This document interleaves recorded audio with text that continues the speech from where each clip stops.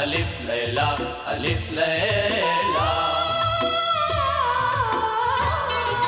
अलिफ लैला अलिफ लैला अलिफ लैला। দেখ সব নতুন কাহিনী মন ভরে দেয় তার বাণী, কত যুগ পেরিয়ে গেছে নতুন তবু রয়ে গেছে। পরিদের ধরে এনেছে ঝিমকেও বেঁধে রেখেছে, এতে আছে শক্তি এত সব মনে করে রাজত্ব। আলিফ লাইলা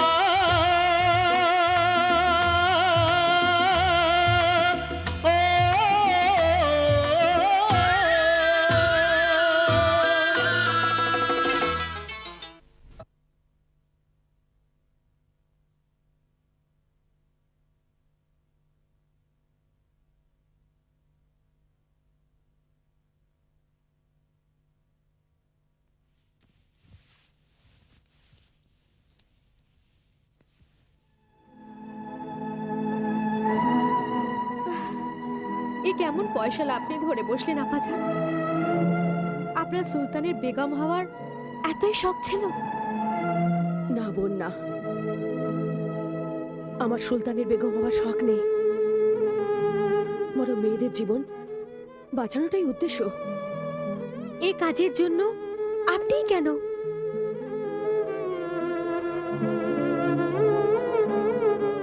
কারণ আমি একজন উজিরের মেয়ে। আমি চাই সারা পৃথিবী এটা জানুক যে উজিরেরা রাজ্যের কোনো মেয়েকে বাঁচাতে পারছেন না বলে তিনি নিজের মেয়েকে কুরবান করে দিয়েছেন। যদি আমি এই পরীক্ষায় উত্তীর্ণ না হই তাহলে সারা পৃথিবী আমার বাবাকে স্বার্থপর বলবে। কিন্তু আপা, ওই শয়তান সুলতান তোমাকে খুন করে ফেলবে। যেভাবে মরুভূমির গরম বালিতে মুষলধারায় হওয়া বৃষ্টির প্রথম ফোঁটা ছড়িয়ে পড়ে, আমার পরিণতি হয়তো তাই হবে।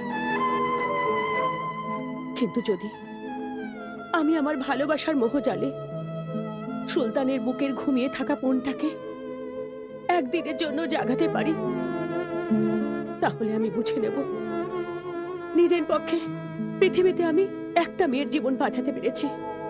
এরকমটা হবে না আপা, ওই জালিম সুলতান আপনাকে অন্যান্যদের মতো হত্যা করে ফেলবে। মৃত্যু একদিন না একদিন আসবে। যদি কাল সকালে আমার মৃত্যু থাকে, তা সে সুলতানের মহল হোক অথবা আমার ঘর, মৃত্যুর দূত তো পৌঁছেই যাবে।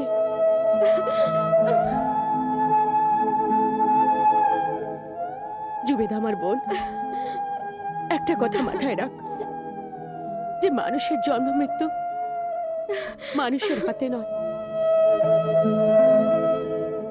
শুধুমাত্র আল্লাহর হাতে।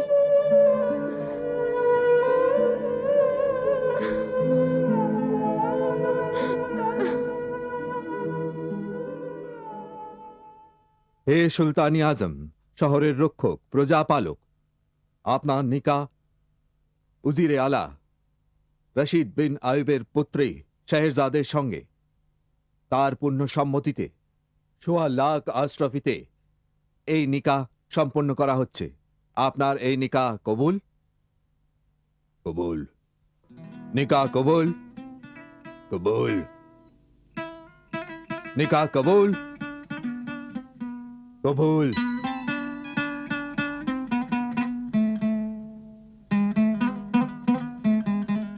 হে উজরি আলার পুত্রী শাহেরজাদ, আপনার নিকা সুলতানে ফরাজ শহরের রক্ষক প্রজাপালকের সঙ্গে তার পূর্ণ সম্মতিতে ১.৫ লাখ আশরাফিতে সম্পন্ন করা হচ্ছে। এই নিকা আপনি কবুল করছেন? কবুল করছি। এই নিকা আপনি কবুল করছেন? কবুল করছি। এই নিকা আপনি কবুল করছেন? কবুল করছি।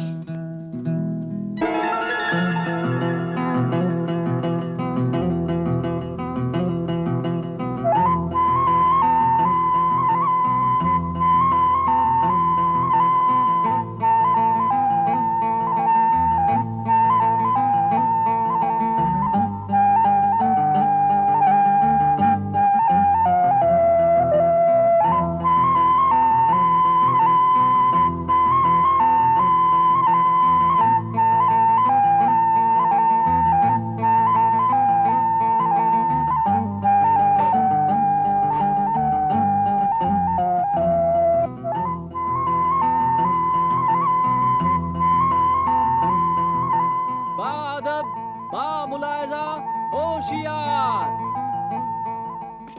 সুলতানে ফারাজ শহরের রক্ষক প্রজাপালক তশরিফ রাখছে।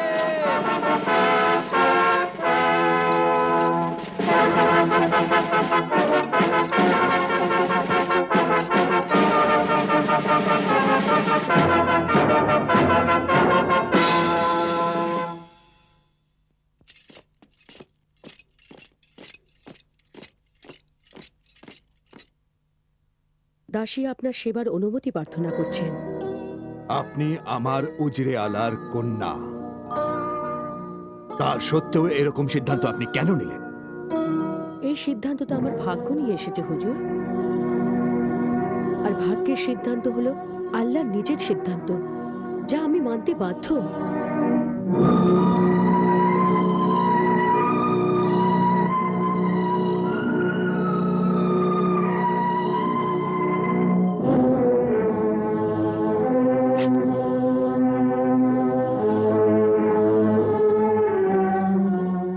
তুমি কি কাল সকালে কি হবে তা জানো না? আমি জানি আমার জীবন সকালেই শেষ হয়ে যাবে,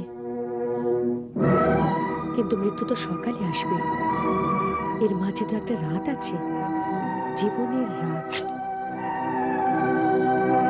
তার মানে মানে আর কি, আমার কাছে তো সারা রাত পড়ে আছে সেবার জন্যে। তাছাড়া ভালোবাসা ও আনন্দকে সময়ের বেড়াজালে বাঁধা যায় না, তার গভীরতা দেখতে হয়।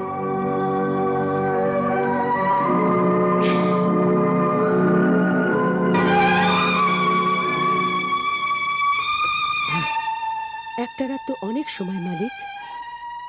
এক মুহূর্ত ভালোবাসাও যদি মনের গভীর থেকে করা যায়, তবে তার মধ্যে জীবন কুরবান হয়ে যায়। তোমার এইসব মন ভুলানো কথা আমার বিশ্বাসকে আরো দৃঢ় করছে যে মেয়েরা বেঈমান হয়।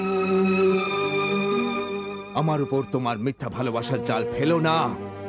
না মালিক, না না, ভালোবাসা কখনো মিথ্যে হতে পারে না, কখনো ধোঁকা হতে পারে না।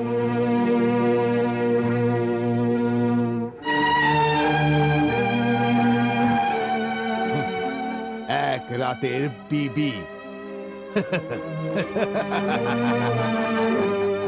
আমি এক রাতের বেবি ঠিকই, কিন্তু এই রাতের উপর আমার পুরো অধিকার আছে। সকালবেলা আপনার অধিকার, তারপর নিঃসংকোচে পাঠিয়ে দিন মৃত্যুর মুখে আমার প্রিয় আল্লাহর কাছে। আপনার এই কাজের জন্য ক্ষমা করে দেব।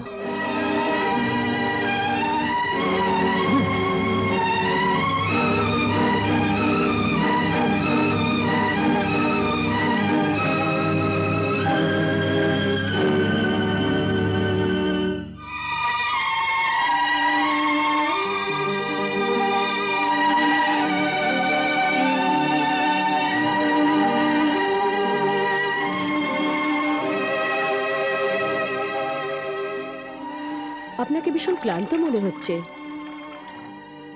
একটু জল পান করুন। না, আমার চাই না। হে আমার মালিক, আপনি তো ভীষণ রেগে গেছেন। বলুন না, আপনার মন জয়ের জন্য আমি কি করতে পারি? অনুমতি দিলে একটা কবিতা শোনাই, অথবা কোনো সুরেলা গান শোনাই। আমি ভালো গান গাইতে পারি। না হলে কোনো মন মাতানো গল্প শোনাই। তুমি সুলতানকে একটা ছোট্ট বাচ্চা মনে করেছো, যে তাকে গান আর গল্প দিয়ে ভোলাতে চাইছো? না না মালিক, না, আমি আপনাকে বাচ্চা মনে করছি না, কিন্তু একথাও অস্বীকার করতে পারছি না যে সব মানুষের মধ্যে একটা বাচ্চা উপস্থিত থাকে, যে ঠিক এরকমই জেদ করে যেটা আপনি করছেন। একবার আপনার শৈশবের কথা মনে করুন। হতে পারে ছোটবেলায় আপনিও এরকম জেদ করতেন, আর আপনার দিদিমা আপনাকে ভোলানোর জন্যে এরকমই কিছু মন মাতানো গল্প শোনাতেন।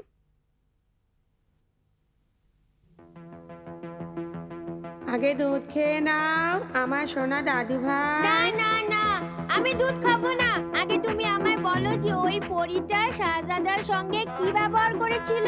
তবে শোনো, ওই পরীটা শাহজাদাকে নিয়ে নিজের দেশে চলে গেল, যেটা পরীদের নিজের দেশ। সত্যি দাদিমা? হ্যাঁ, ও কিভাবে গেল? পক্ষী রাজঘোড়ার পিঠে চড়ে। ঘোড়া কিভাবে উঠতো? কিভাবে উঠতো? এভাবে উঠতো, এভাবে উঠতো, এভাবে উঠতো, এভাবে উঠতো।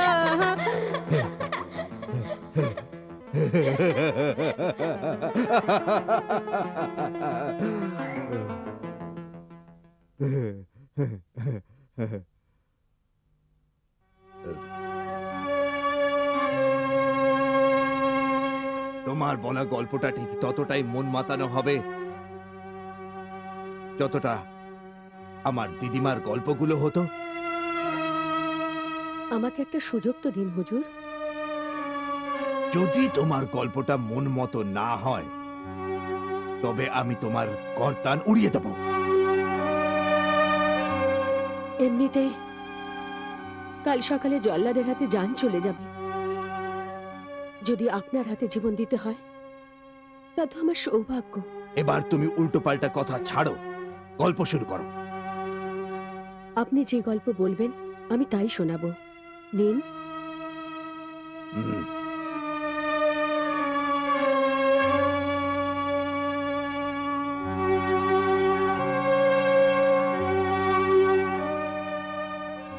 আমার সুলতানি আজম। এই গল্প এমন এক মহাপুরুষের যার মহানুভবতা ও সততার জন্যে তিনি ভীষণ বিখ্যাত ছিলেন। হুম? তার একজন বিবি ও যুবতী মেয়েও ছিল। যুবতী মেয়ের বিবাহের জন্যে তিনি শহরে শহরে সম্বন্ধ দেখতে যেতেন। হুম, শুনুন, হুম। রুকসানা শ্বশুরবাড়ি থেকে জোর করেছে বিয়েটা তাড়াতাড়ি দিয়ে দেওয়ার জন্যে। দোয়া করো যাতে এই যাত্রা অনেক বেশি মুনাফা হয়।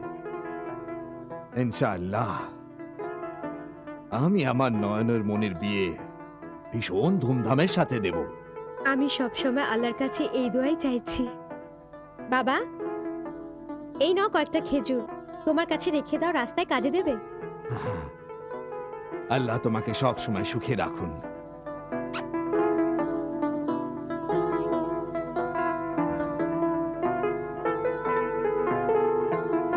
খোদা হাফেজ।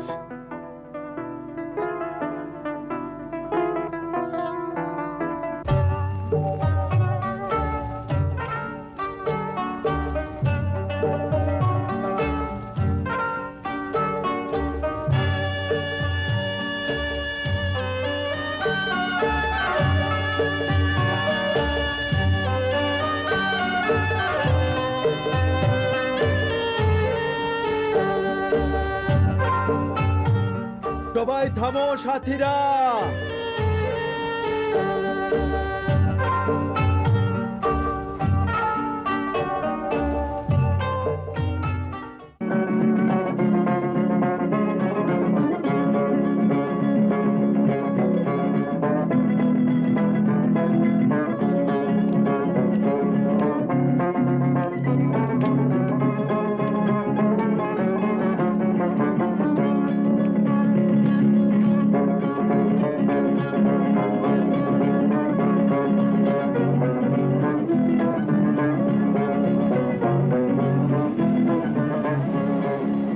হে আমার মালিক আল্লাহ পরবর্তীকার,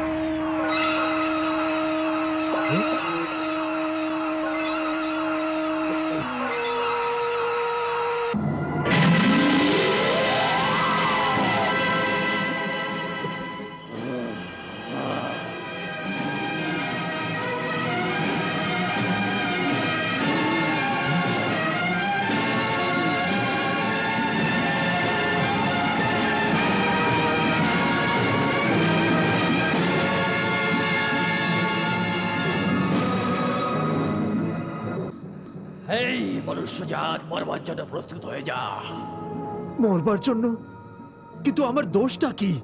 তুই কি নিজের চোখে এই কুয়োর জলে রক্ত দেখতে পাচ্ছিস না?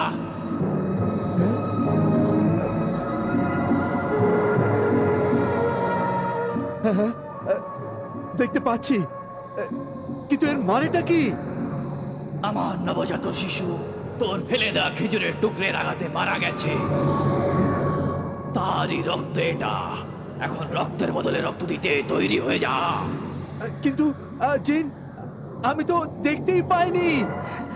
এই মনুষ্যজাত, সেটা তোর দোষ। আমাদের সবসময় খালি চোখে দেখা যায় না। কিন্তু এতে আমার কি অন্যায় জিন? কিন্তু তুই সাবধানে কাজ করতে পারতিস। নিজেকে বাঁচানোর বৃথা চেষ্টা করিস না। যদি এটা আমারই অন্যায় হয়ে থাকে, তাহলে তা আমি না জেনে করেছি। অন্যায় জেনে করিস বা না জেনে করিস, অন্যায় অন্যায়ই হয়। আমার শিশুর মৃত্যুর প্রতিশোধ আমাকে নিতেই হবে। খুনের বদলে খুন, এটাই ন্যায় বিচার।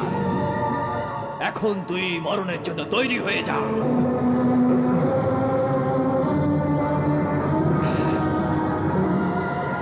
কি ভাবছিস? যদি যদি তুই আমায় মেরে ফেলে তোর শিশুর প্রাণ ফিরে পাস এখন, তাহলে আমি রাজি আছি। কিন্তু আমার একটা অনুরোধ আছে। বলে ফেল। আমি মৃত্যুকে ভয় পাই না। মৃত্যুর পরে কবরের মাটির ভার আমি নিতে পারবো, কিন্তু লোকেদের ঋণ আর আমানতের বোঝ আমি নিতে পারবো না। ওই দেখো, ওতে লোকেদের আমানত আর ঋণের জিনিস আছে। ওইসব ওদের মালিকদের কাছে পৌঁছে দেবার সময় দাও, আর আমাকে আমার যুবতী মেয়েকে বিয়ে দেওয়ার দায়িত্ব পালন করতে দাও, যাতে আমি তোমার শাস্তি পাওয়ার উপযুক্ত হতে পারি। প্রাণ বাঁচানোর জন্য ভালো বাহানা পেয়েছো। ঠিক আছে তাহলে, ঠিক আছে, তুমি আমাকে এখনই মেরে ফেলো, কিন্তু কিয়ামতের দিনে আল্লাহর সামনে আমি তোমাকে জড়িয়ে ধরবো। আল্লাহু আকবার, আল্লাহু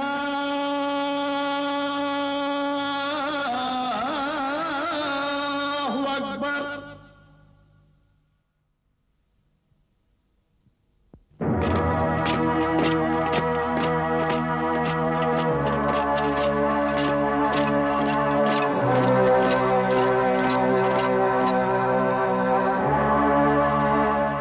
জাহাপনা, এই রাতের উপকার আমি কখনো ভুলব না, যে আপনার জীবনের এক রাত আপনি আমায় দিয়েছেন। কিন্তু যাওয়ার আগে আমাকে এটুকু তো বলে যাও যে ওই সওদাগরের কি হলো? জিন কি বললেন ওকে? কাহিনীর সময় তো শেষ হয়ে গেছে, এখন তো পণ রক্ষার সময় এসেছে। কিন্তু যাওয়ার আগে এইটুকু নিতে বলো যে জিন সওদাগরের কথা শুনলো কি না। আমার জাহাপনা, কাহিনীটি আকর্ষণীয়, এর জন্য সময়ের দরকার, কিন্তু সময় তো শেষ হয়ে গেছে। আমি সময়কে থামাতে পারি। সুলতান আজম, সময়কে কি কেউ এভাবে থামাতে পারে? জেদ করবেন না, আপনার প্রতিজ্ঞা পূরণ করুন। আমি আমার প্রতিজ্ঞা ভেঙে দিতে পারি।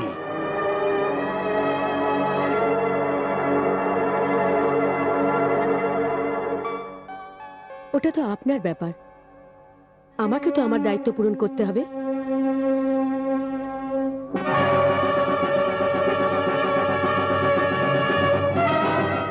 চলে যাও।